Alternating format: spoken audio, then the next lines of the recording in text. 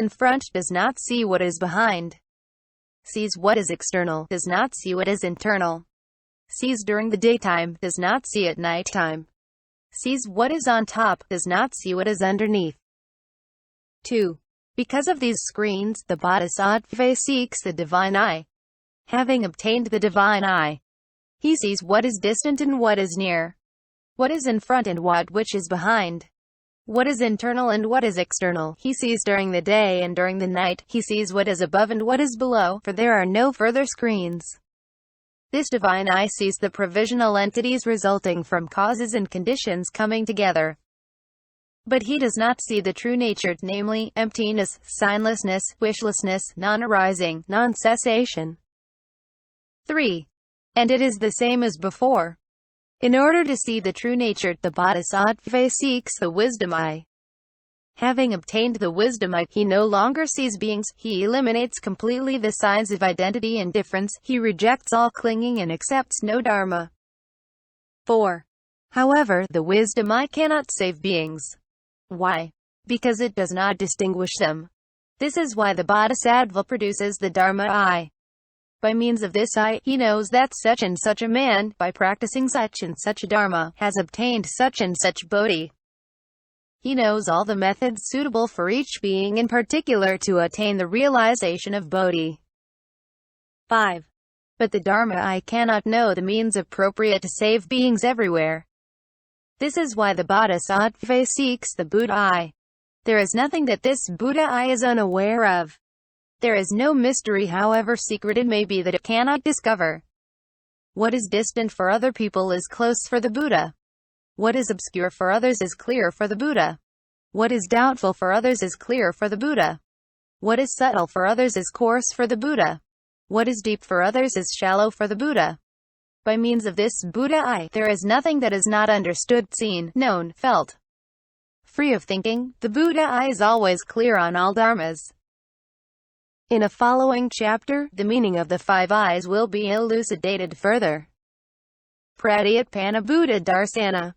7th section, seeing, hearing and understanding all the Buddhas of the present. Preliminary note. Sutra. Furthermore, O Sariputra, the bodhisattva mahasattva must practice the perfection of wisdom if he wishes to see, by means of the divine eye, the Buddhas in each of the 10 directions and universes as numerous as the sands of the Ganges. If he wishes to hear, by means of the divine ear, all the teachings given by these Buddhas of the 10 directions. If he wishes to penetrate by means of mind the mind of these Buddhas. Sastra. 1. Seeing and hearing all the Buddhas. What is seen by the divine eye does not go beyond 1 trisahasra mahasahasra lokadhatu. But here, by the power of the prajnaparamita, the bodhisattva sees all the Buddhas in each of the 10 directions and universes as many as the sands of the Ganges. Why? Because in the view of the prajnaparamita, nothing is near, nothing is far, and there is no obstacle to seeing. Question. However, in the Panchayo King, it is said, by the power of the pratyutpannabuddhadarsana, the ascetic, even without having the range of the divya chakras, varies with the qualities of those who hold it. If they do not make an effort, the Sravakas, Pratyeka Buddhas and the Buddha see, with the divine eye, 1 Sahasra universe, 1 Dvisahasra universe, 1 Trisahasra universe, respectively. But if they make an effort, the Sravakas see, with the divine eye, 1 Dvisahasra universe, and the Pratyeka Buddhas, 1 Trisahasra universe. As for the Blessed Buddha, he sees as many innumerable universes as he wishes. Acquired the divya chakras, is able to see all the Buddhas of the present in the 10 directions. On the other hand, here in the Prajnaparamita Sutra, by means of the divya chakras, the bodhisattva sees all the Buddhas of the 10 directions. What are the differences between these 2 visions? Answer. 1. The divya chakras is non-defiled and determinate. 2. The pratyutpannabuddhadarsana is obtained by a person freed of desire as well as by a person not freed of desire, whereas the divya chakras is obtained only by someone freed of desire. 3. The pratyutpannabuddhadarsana is a vision resulting from constant meditation, the constant practice of subjective conceptualizing. The Divyachaksas, obtained by the practice of the super-knowledges, is an eye consisting of pure derived matter of the four great elements of the form realm. And this eye enjoys complete luminosity at all 4 points of the horizon. That is the difference. 4. The technique of the Divyachaksas is easy. Thus, when the sun has risen, seeing forms is not hard. On the other hand, the technique of the pratyutpannabuddhadarsana is difficult. Thus, when one lights a lamp in the dark of night, seeing colors is not easy. It is the same for the divine ear. 2. Penetrating the mind of the Buddhas. Question. If even a man of weak faculties belonging to a higher stage does not know the mind of a man with strong faculties belonging to a lower stage, if even a bodhisattva is unable to know the mind of a single Buddha, how then could the bodhisattva penetrate the mind of all the Buddhas of the 10 directions, as numerous as the sands of the Ganges? Answer. The magical power of the Buddha helps the bodhisattva to know the mind of all the Buddhas. As the Sutra says, of all beings, there is not one that knows the mind of the Buddha. But if the Buddha, by means of his power, helps one to know it, even insects can know it. This is why the Buddha helps the bodhisattvas to know the mind of the Buddhas with his magical power. Moreover, the prajnaparamita has as nature the absence of obstacles. The coarse and the subtle, the profound and the superficial, the fool and the sage, all are indifferentiated. The suchness of the mind of the Buddhas and the suchness of the mind of the bodhisattva are one and the same suchness. They are not different.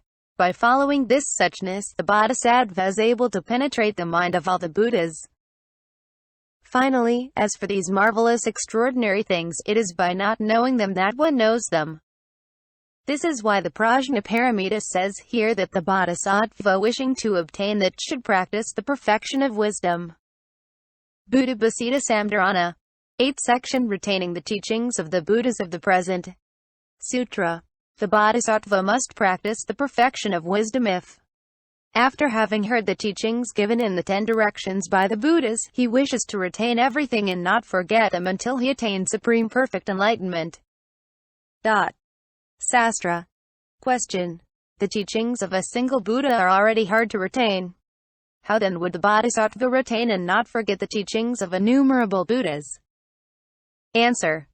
By the power of the Srutadharani, the Dharani retaining what has been heard, the bodhisattva gets a strong memory, and by the power of the Dharani, he does not forget.